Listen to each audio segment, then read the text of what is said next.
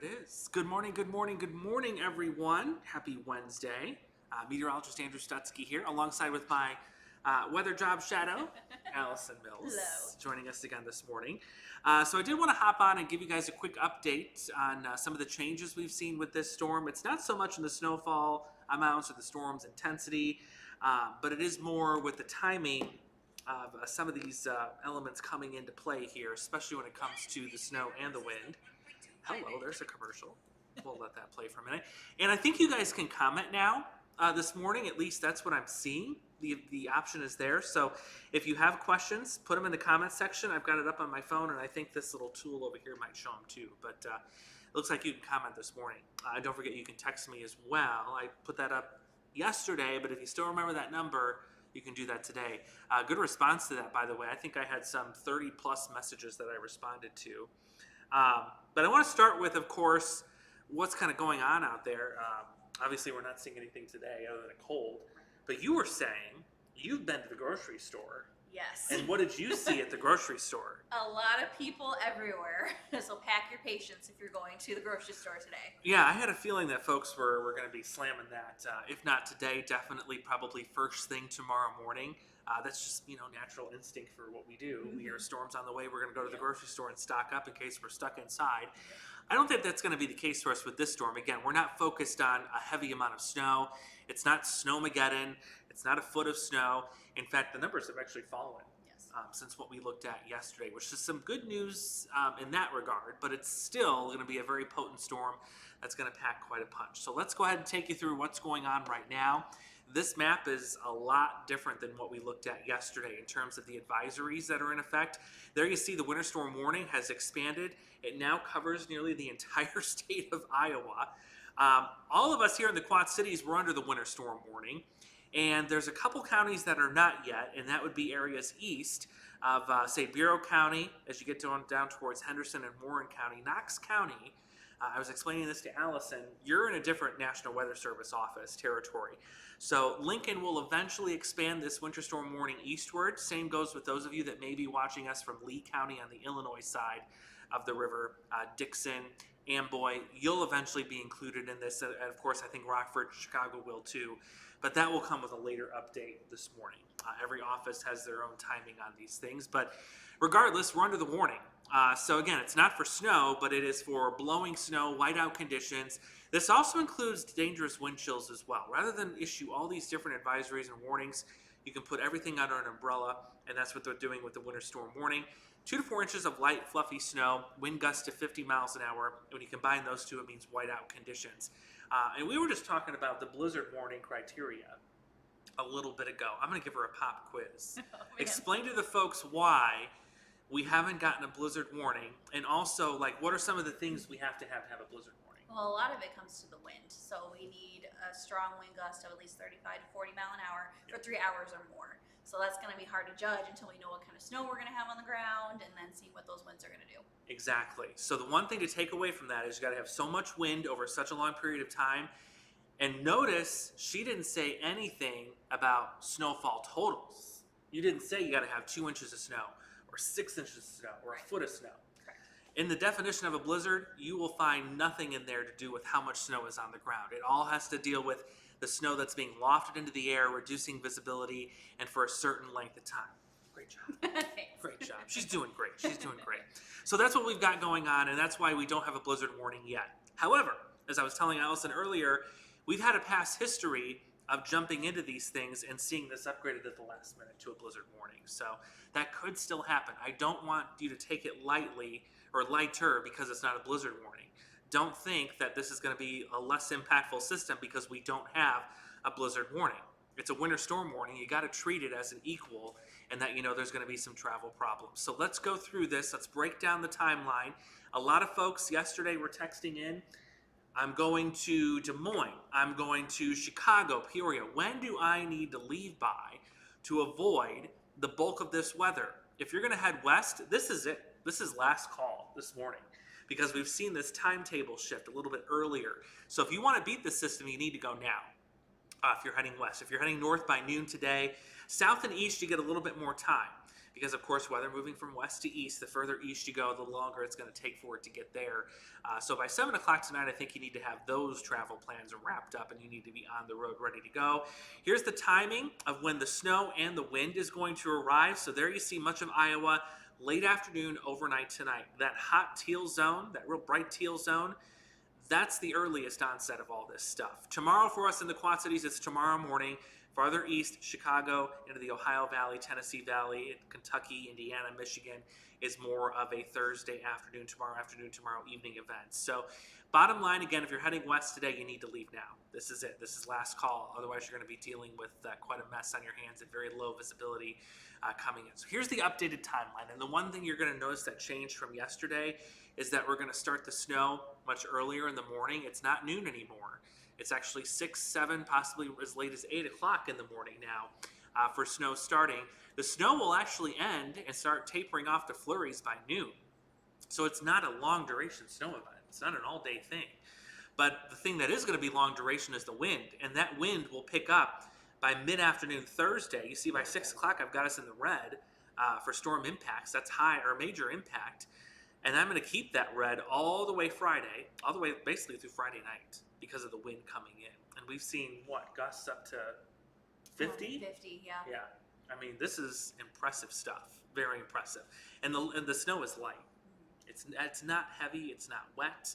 It's going to move. I mean, you get a wind of only 5 miles an hour and it's going to lift it off the ground. Absolutely. So imagine multiplying that exponentially and getting 50-mile-an-hour winds.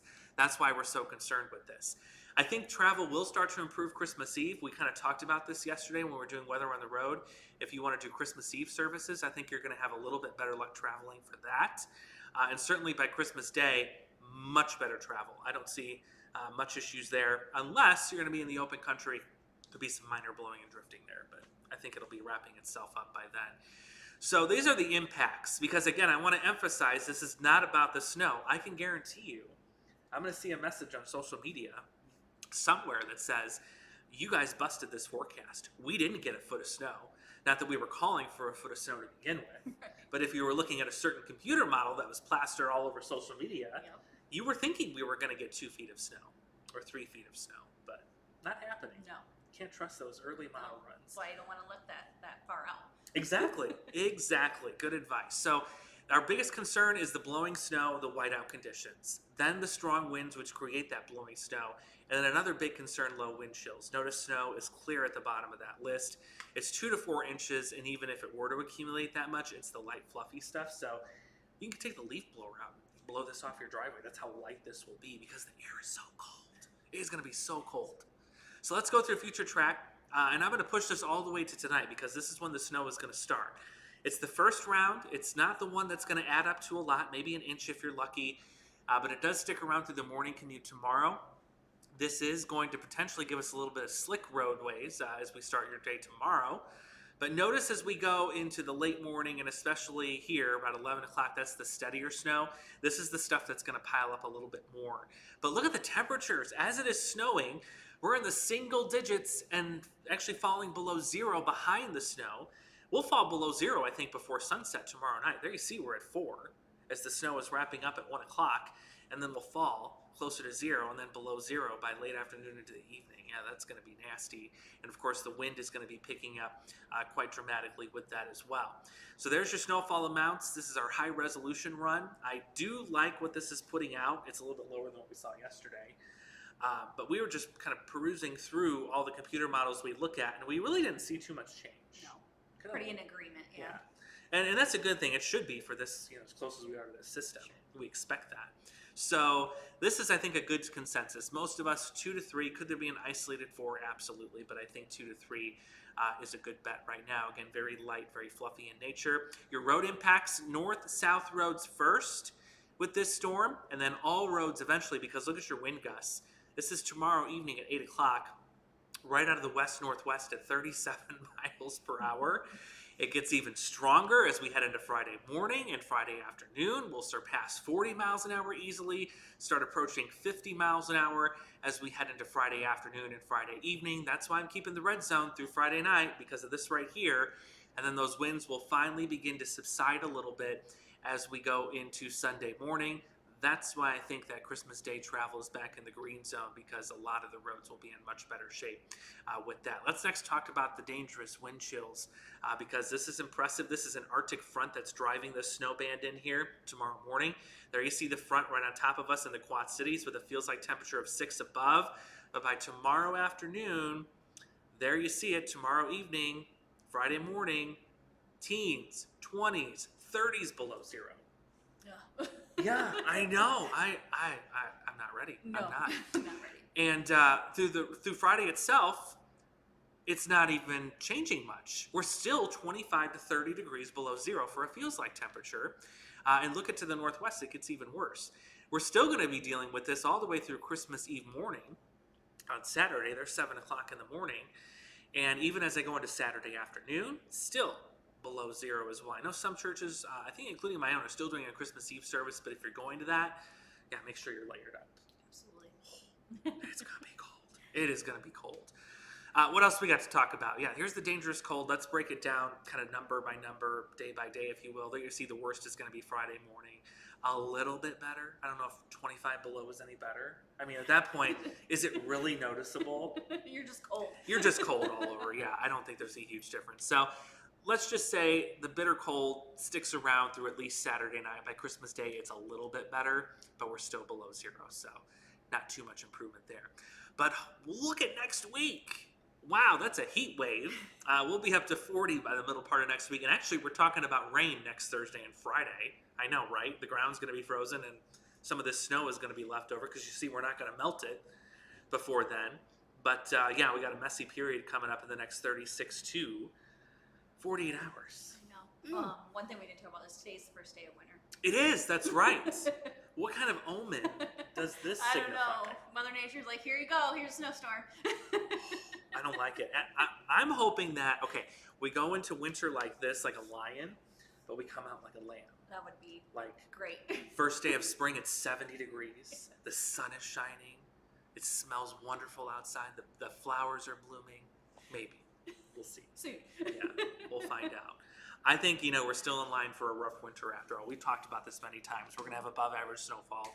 Temperatures, of course, are going to fall, especially with this storm system. But there's something to look forward to. 40s next week. I'll take that. Yeah, exactly. I don't see any questions in the chat. Let me check this little option here. I don't see anything there either. But we got about a handful of folks that are watching. If you think somebody would benefit from this video, go ahead and give it a share.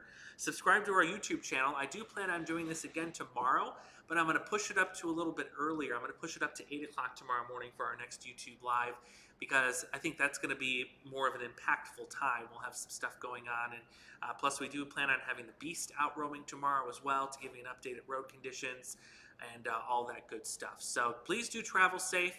Pack your patience, like Allison said, especially if you're having, going to the airport. We know there's going to be a lot of delays, cancellations coming up, including here in the Quad Cities. I think we got one cancellation so far, but we were watching Midway in O'Hare this morning. We started off at 5 o'clock with 2 delays. By the time we got done at 6:45, looking at that graphic, we were up to some 45 delays. Like, the number just kept going up and up and It's just up. gonna get worse. It will, yeah. They're already planning ahead, and I bet they've probably got some cancellations by now, too, in anticipation of what's coming in. So just stay safe. Get the News 8 app if you haven't already. It'll give you the push alerts for all the warnings. You'll also get a push alert when we plan to go live here on YouTube, too, for weather updates. Plus, you get interactive radar, and if you're traveling, the app will actually take that radar and follow your location and also give you the warnings where you're going as well. So if you're going to Michigan and say they get upgraded to a blizzard warning and you're there, if you've got the app, it'll tell you. It follows you. It's not stalking you. It's just following you so that it can keep you up to date on where you're Keep at. you safe. So I don't want to make it sound creepy, because we're not following you. Though we hope you're following us, if that makes any sense. So seeing as there's no questions, we'll go ahead and we'll hop off. Again, we look forward to seeing you on air online here. WQAD.com will have everything. Don't forget to check out our app on Roku. If you've got a smart TV, the WQAD Plus app will have all this as well. Constant updates throughout the day. And, of course, we're going to see you here coming up for GMQC at 11. We'll see you later. Bye, everybody.